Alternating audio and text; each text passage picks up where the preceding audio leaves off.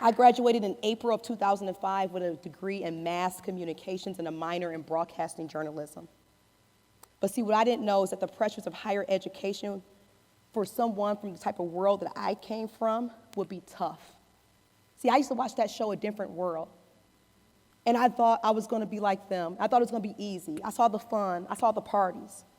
But see, what I didn't know was that the bad grammar that I had and the remedial classes that I had to take and the emotional immaturity did not prepare me for college. I didn't have a strong economic support system to fall back on. See, I worked 30 to 40 hours a week at the age of 17. I had a full-time job. I took 16 college credits, and I also had an unpaid internship that I never had a chance to manifest that type of career in journalism. Needless to say, I started to fall behind on making the money that I needed to get by and to keep in school. Worried that I wouldn't be able to make rent, afford my books, or my tuition, I started stealing my books. I took a chance at a fast money-making scheme, and I knew it was suspect. See, I was very smart, because I used to do my dad's books at 5 years old. I knew all about the balance and checks of books. But I trusted that I would get by on this scheme that I did, and I turned a blind eye when I should have stayed extra vigilant. It took a few years for fate to catch up with me, but I was eventually prosecuted for a minor role in a much larger criminal investigation. I was granted freedom from going to prison, but instead I received a felony charge right as I was about to enter into the workforce, something that has acted like an anchor on my confidence and my aspirations. It is impossible to describe how a label like that, federal felon, could impact your life. No one knows what it's like. Don't tell that story, Keela, but if you have never stood in my shoes, you don't know what it's like. Our criminal justice system is structured so that you never forget and you are never forgiven. It weighed on my heart, my psyche, and my employment. Being the right person for the job, and they hire someone else in for me to train them. See, I was proud to be a first-generation graduate from college, but now this, I was devastated. You know the little cracks in the sidewalk, I wanted to sink into that. I was immediately disqualified from pursuing a career in broadcasting journalism. All of my mentors dropped me like it was hot. I even pivoted to try to join my boyfriend, which is now my husband, into the United States Air Force. But I was denied access as an officer with a degree because of my record. See, my second chance came, though, after we relocated to Washington State with my new husband who joined the Air Force. He's right over here.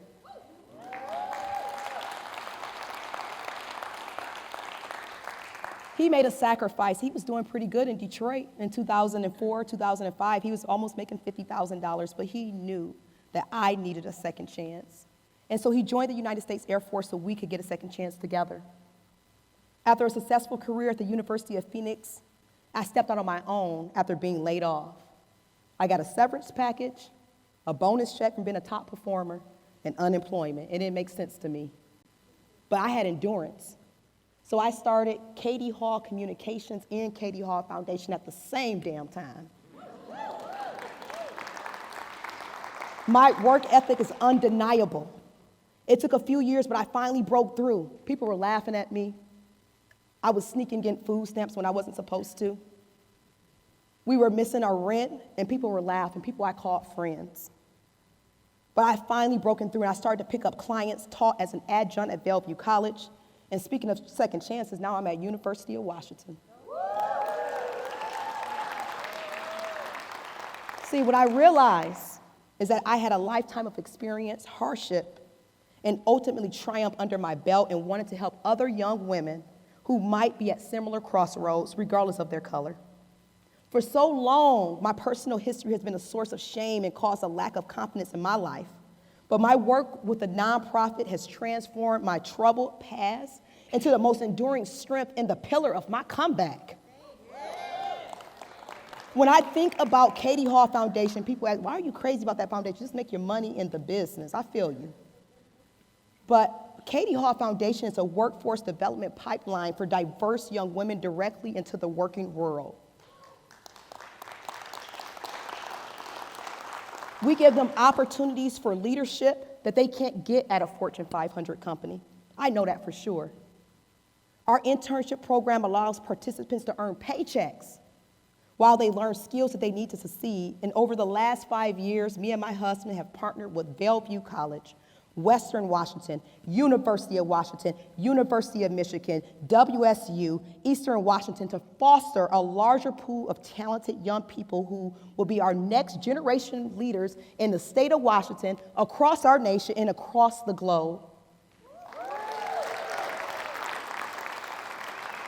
Leah and Kiara, if you could please stand up.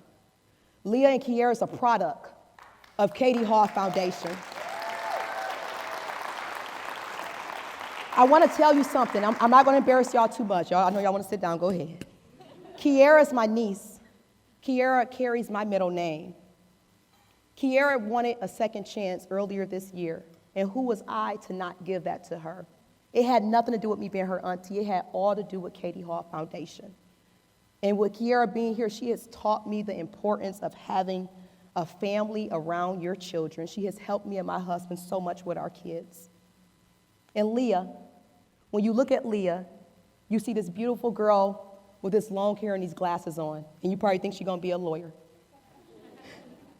What you don't know is that Leah has an unseeable disability, which is hearing.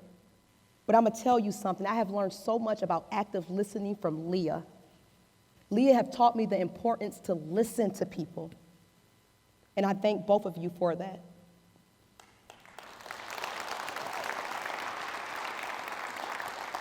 It's important to me that we pay our participants a living wage for their time spent so that they don't have to stretch so much under the competitive pressures of academia and employment. I already walked that path.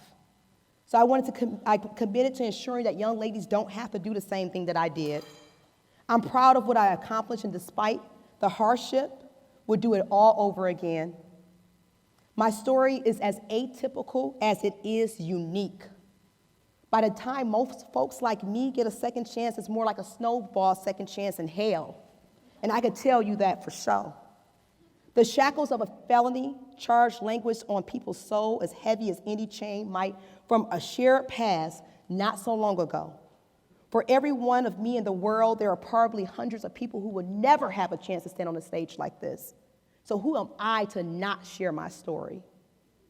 Reflecting now on the question that they gave me when they picked me for this award, which I was surprised. I'm gonna be honest, I'm like, me? Y'all sure? All right, I'll show up. I like talking. But reflecting on that question now, whether I believe in second chances, and I'm reading from this purposely. I like to freelance a lot, but I think this message is more important than me looking cool. Reflecting on that question, I believe in second chances. My thought is this. If we accept that all we can do to help someone like me work towards a second chance, we risk losing sight of our collective morale imperative to ensure that every baby born in this country, regardless if they're black, white, brown, gay, red, blue, that they have a first chance to begin with. Okay, I'm gonna get off the stage because I know I went over my 8 minutes. And this thing about to die too. 2019 has been the most rewarding year of my life. I'm 37. I have everything I have ever dreamed of in my life as a little girl. I have the love of my life that has stood behind me in the good times and the bad times for over 21 years. See, we met in high school like my parents. We were just lucky we didn't get pregnant. I have 2 beautiful, healthy baby girls that I plan to raise into 2 beautiful, healthy women. And I use the word healthy because there's a lot of women that are not healthy. They might look good on the outside, but they're not healthy inside. I have both of my parents living, and I'm grateful for that. There was a time where I wasn't as grateful for that. I have both of my in-laws living. I'm grateful for that. I have 6 siblings and my brother-in-law that are still living and alive. That is not normal where I'm from. By the time I was 24, most of my dad's brothers were dead, killed. So that's not normal where I'm from. I also have several friends that decided to spend tonight here with me. They could be anywhere else, and they decided to come out to Federal Way to be here with me. I'm grateful for every last one of y'all. Yep. And the hopes are that I have a new community in all of you. Even in great years, there are key lessons to learn. There are just a few that I have taken note to this year that I want to share with you. This is the time to take notes if you want to. Number one, before doing business with anyone, it is very important to look people directly in their eyes and making sure that you know what you're dealing with. That's in all relationships, whether it's parents, friends, siblings, you have to know what you're dealing with. If you really listen to people, and Leah taught me this, they tell you exactly what you need to know. Don't get discouraged when people laugh at your dreams and when they don't understand your vision.